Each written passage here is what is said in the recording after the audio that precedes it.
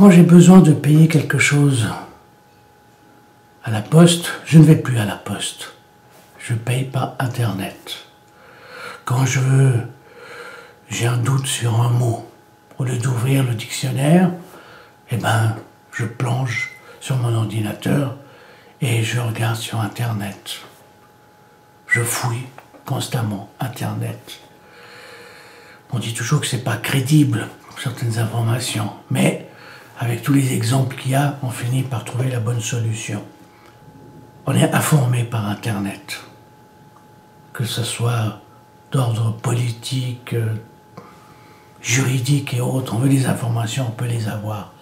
C'est une information colossale. C'est fabuleux. Si on veut maintenant avoir quelques notions de ci, de ça, eh ben, grâce à l'ordinateur, on a beaucoup de réponses à nos questions. Il est question aussi de nos jours, il y a des écoles qui se lancent dans les cours en ligne. Donc, on vous apprend des métiers en ligne. On vous apprend, on vous donne les bases, certaines informations, mais on ne peut pas tout expliquer, tout faire grâce à l'ordinateur à distance.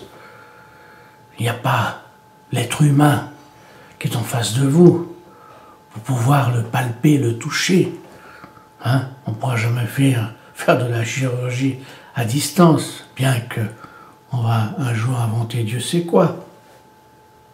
On veut créer des cours de cinéma à distance, je veux bien, mais faire des films à distance, le cinéma c'est quand même, ce sont des équipes, des êtres humains qui se regardent, qui se touchent, qui se parlent. Il y a ce contact humain qui n'existe pas à distance. L'autre qui est en face de vous, sur un petit écran, c'est virtuel. Il n'existe pas, c'est son image qui est là. Alors, et puis maintenant on veut faire des voitures automatiques, où le conducteur n'a plus besoin de conduire. Il est là, il appuie juste sur un bouton pour le départ et un bouton pour l'arrivée, pour dire stop. J'allume et j'éteins. Tout le reste est fait par la machine, par un ordinateur, par l'électronique, par le numérique, par tout ce qui est virtuel, tout ce qui il nous dépasse. Mais est-ce que l'homme ne va-t-il pas perdre des réflexes? La voiture conduit d'elle-même et tout d'un coup, panne électronique. Comment va réagir le conducteur qui a perdu l'habitude de conduire, d'avoir des réflexes, d'être tendu, tout ça? Il y aura un changement, il ne va pas réagir de la même façon. Je ne sais pas, c'est une question que je me pose à la longue.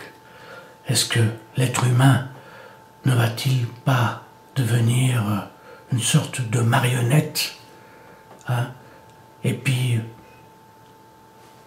dirigé par Internet, dirigé par l'électronique, par des ordinateurs? Moi je trouve qu'il y a peut-être un danger, il n'y a peut-être pas de danger, j'en sais rien, il ne faut pas non plus s'affoler. Mais il faut se poser la question. Et il faut que beaucoup de personnes se posent la question.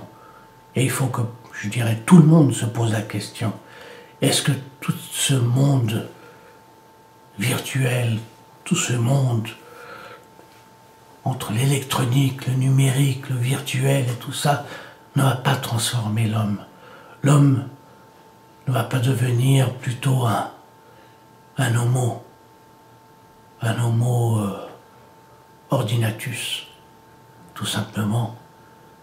Et adieu les contacts humains, adieu les relations humaines.